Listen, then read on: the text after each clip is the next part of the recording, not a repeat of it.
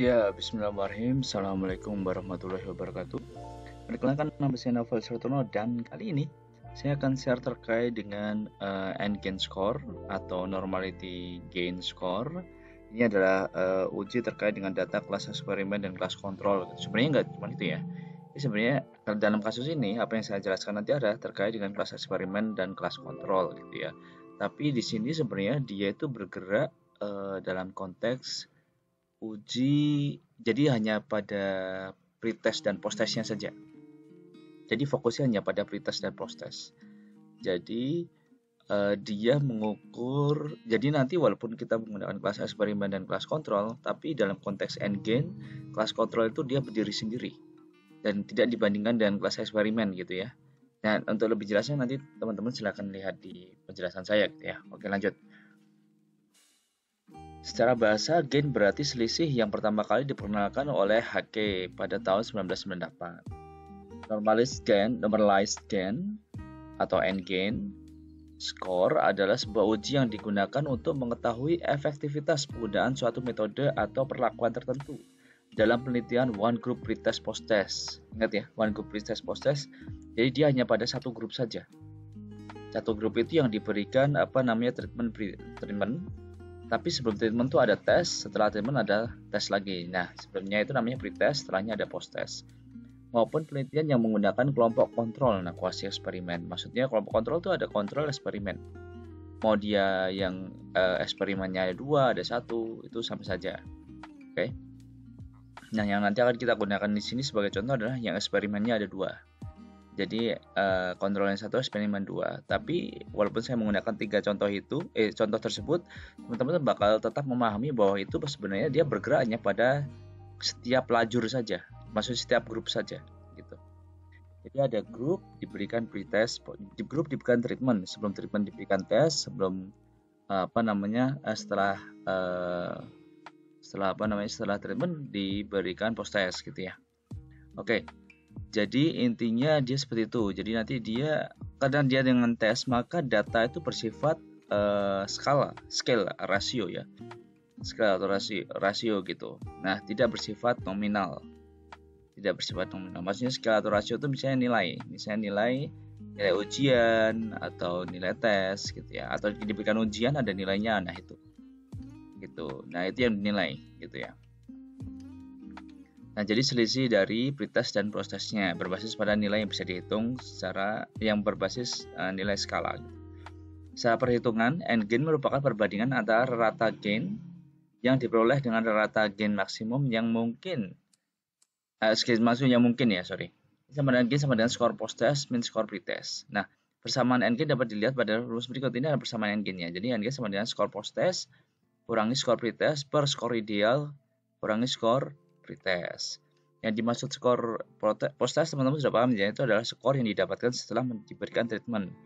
Skor pretest itu adalah skor yang didapatkan sebelum diberikan treatment.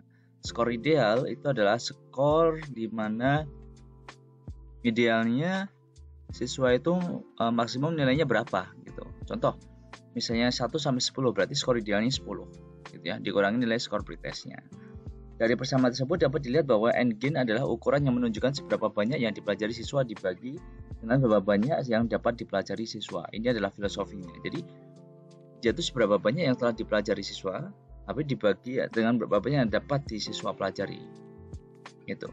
Nah, adapun kriteria perhitungannya itu ada 2. Pertama yang kita pakai punya Melzer dan Savitri, itu ada high, medium, low. Ini basisnya bukan persentase ya, ini basisnya menggunakan koma-koma gitu.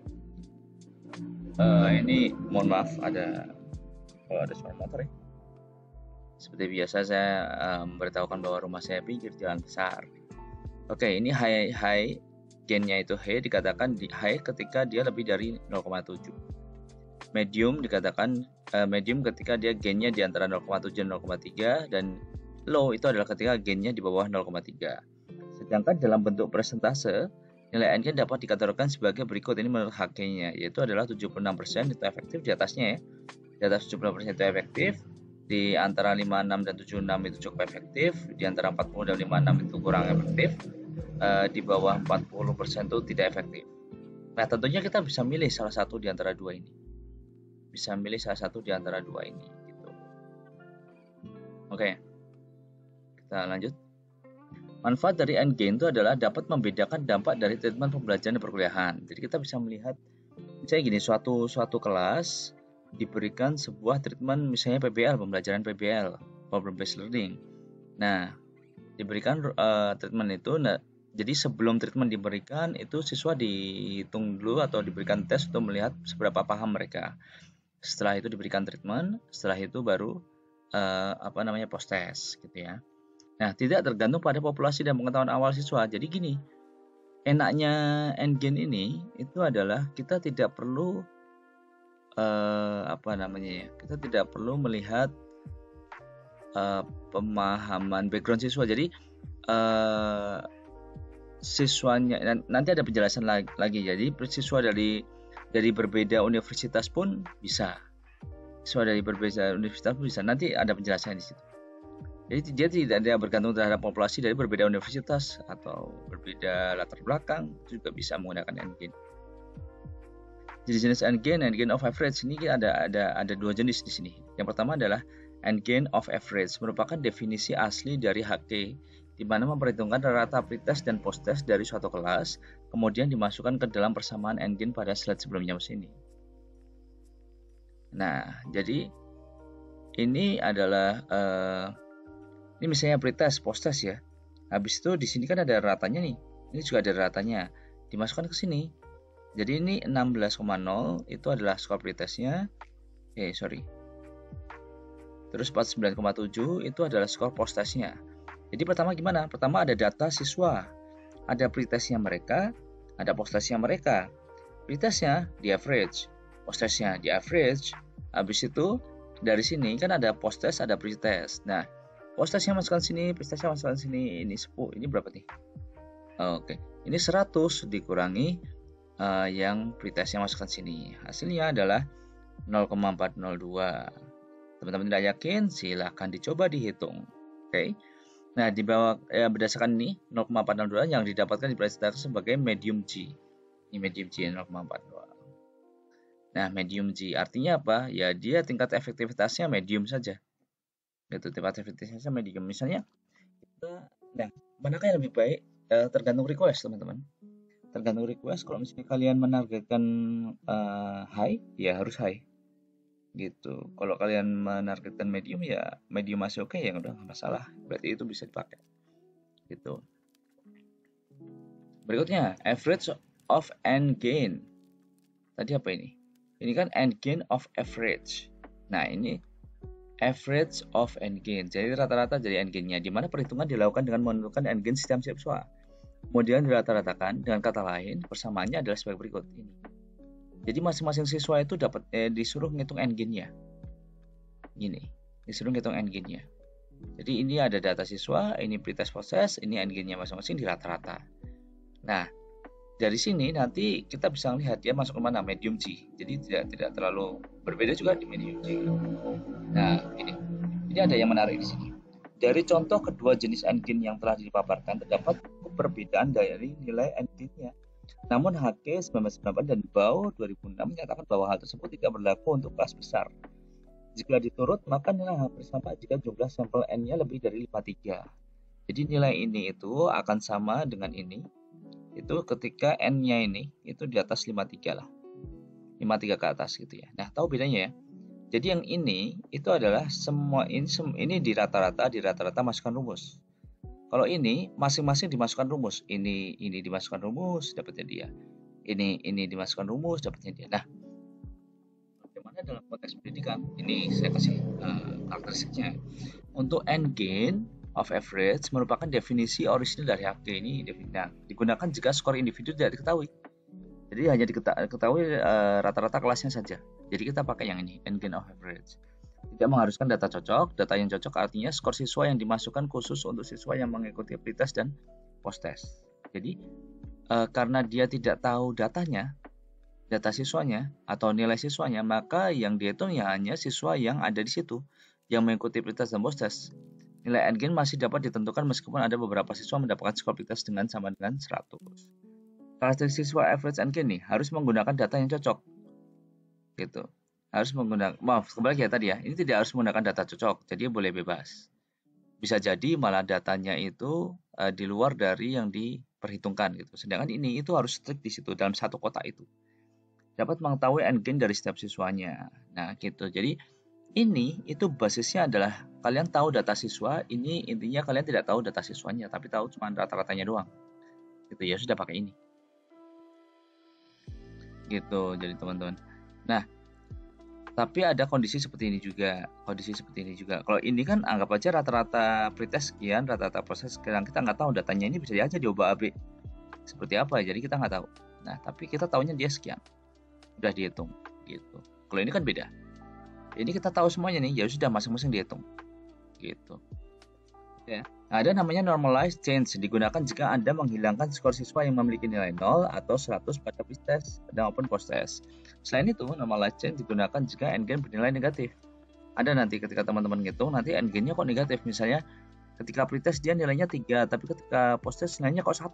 Nah, itu kan negatif. Nah, kalian pakainya ini. C sama dengan, ini ada kondisinya, C sama dengan ini post main pre ini ketika postnya lebih besar dari pre.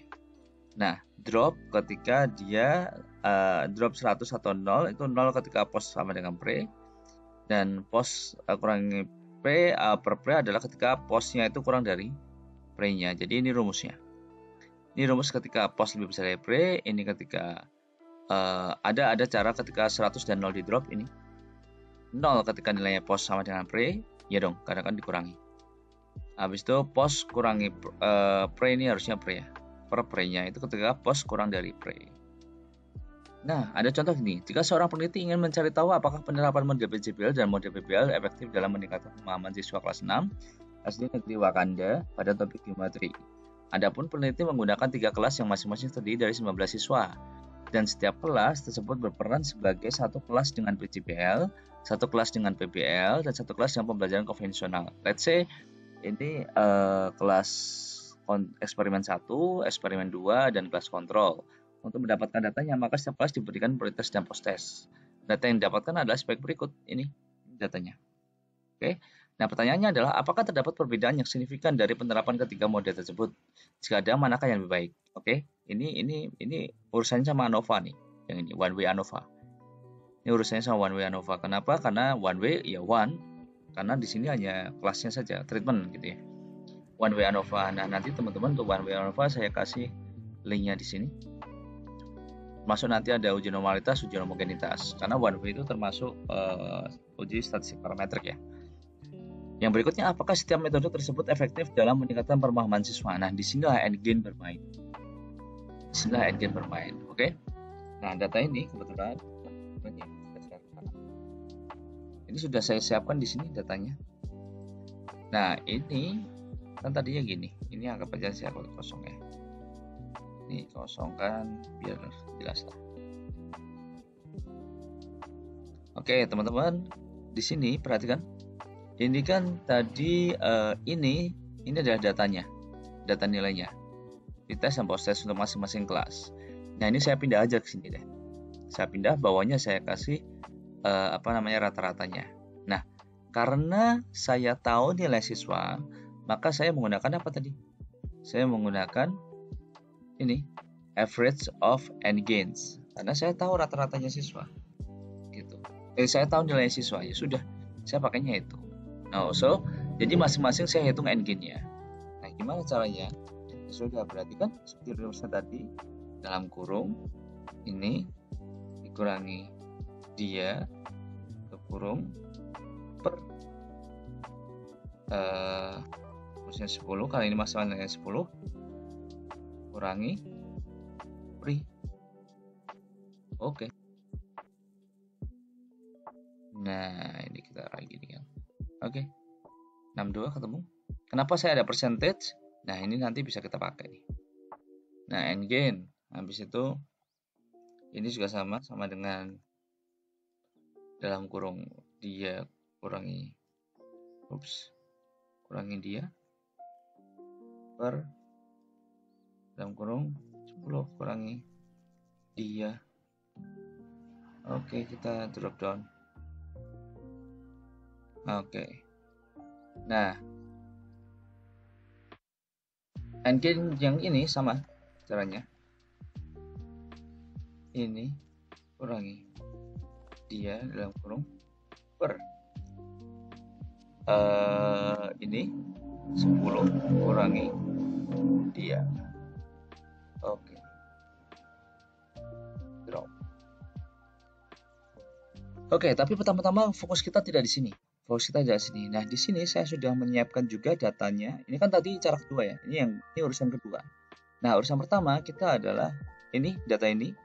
Ini saya close aja deh. Tadi saya kerjain sebenarnya. Nah, data ini itu sudah saya pindah ke sini. Nah, teman-teman pasti sudah paham kenapa saya urutkan kayak gini ya. Pasti sudah paham kenapa saya urutkan kayak gini. Bentar. Oke.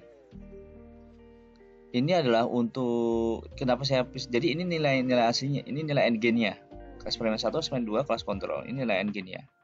Nah, ini adalah untuk kalau ini kan untuk uji normalitas. Ini untuk uji homogenitas dan ANOVA dan post hoc jika perlu. Oke. Sorry, baterai saya habis. Berikutnya, perhatikan di sini teman-teman. Saya akan coba untuk melakukan sebelum ke sini ya. Ini adalah datanya. Jadi untuk variabel view-nya, di sini saya ada kelompok nilai endgain 1, endgain 2, endgain 3 ini mewakili kelasnya, nilai endgain semuanya. Nilai. Nah. Oke, di bagian kelompok ini saya kasih nominal dan di sini sudah saya kasih value-nya.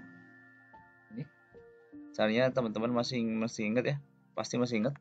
Jadi kalau misalnya ada 4 gitu, misalnya kelas Acelole misalnya gitu, nanti tinggal add gitu, add kayak gini. Nah, ya, oke cancel.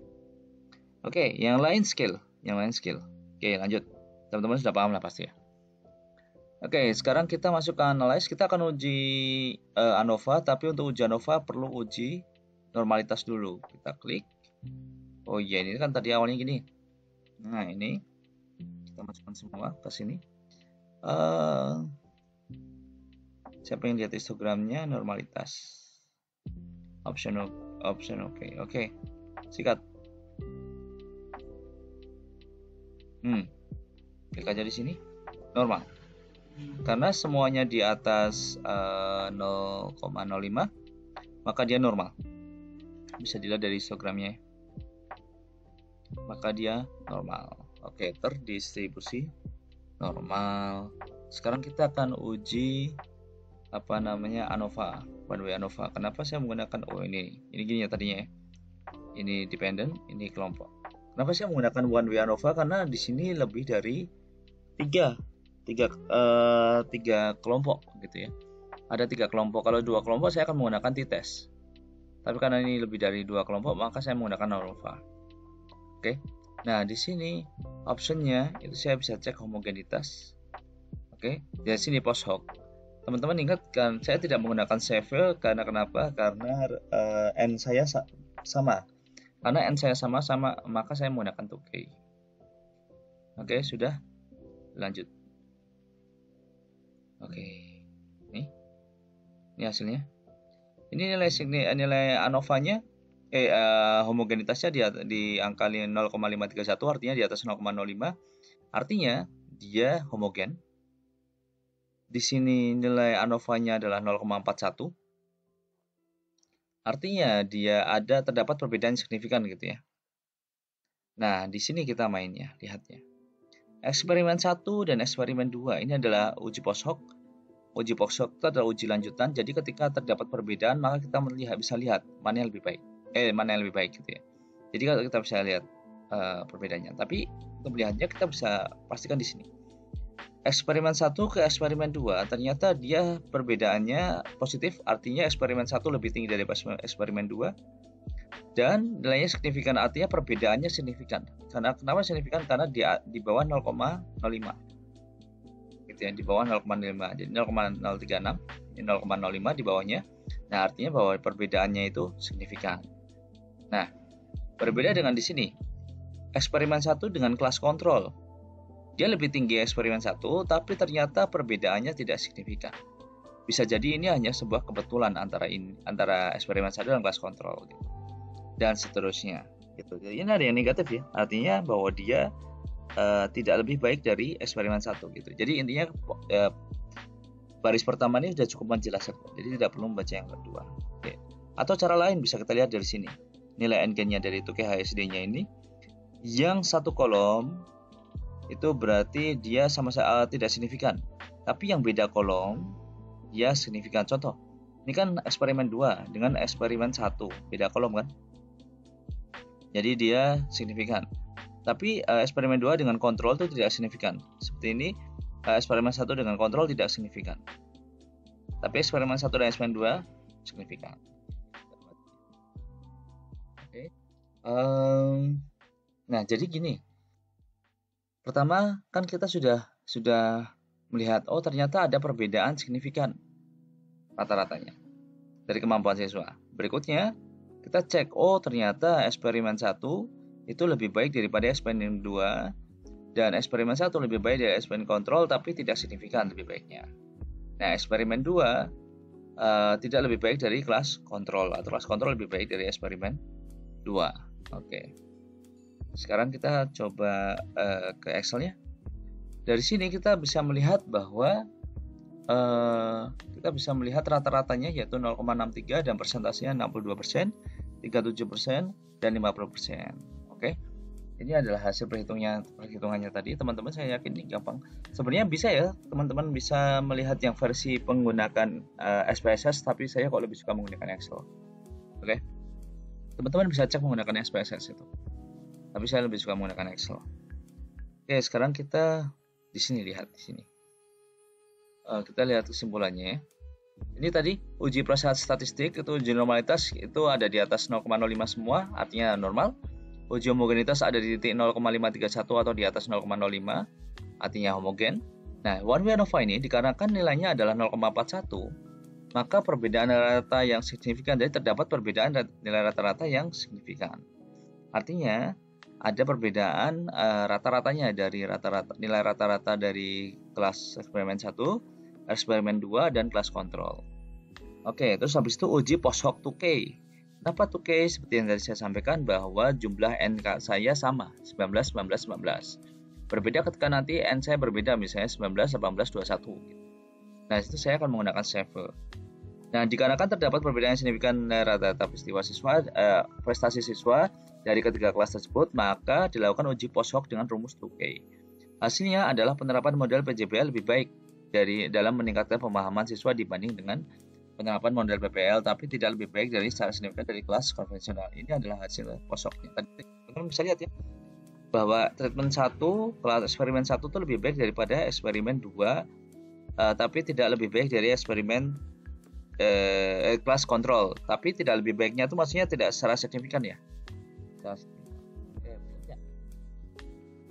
Berdasarkan hasil perhitungan average and gain didapatkan analisis sebagai berikut. Jadi eksperimen 1 ini nilainya 62% atau cukup efektif. Ya, jadi cukup efektif untuk meningkatkan pemahaman siswa. Eksperimen nilainya 37%, berarti tidak efektif. Kelas kontrol nilainya 50%, berarti kurang efektif. Nah, berarti apakah terdapat perbedaan yang signifikan dari penerapan ketiga metode tersebut? Ya, terdapat. Jika ada manakah yang lebih baik, maka yang lebih baik adalah kelas eksperimen 1 atau yang menggunakan PJBL. Apakah setiap metode tersebut efektif dalam meningkatkan pemahaman siswa? Dikatakan pertama yang eksperimen 1 ini bersifat cukup efektif, eksperimen 2 ini tidak efektif, kelas kontrol ini kurang efektif. Itu hasilnya teman-teman. Semoga bermanfaat atas penjelasan saya atas N-gain ini. Terima kasih. Wassalamualaikum warahmatullahi wabarakatuh.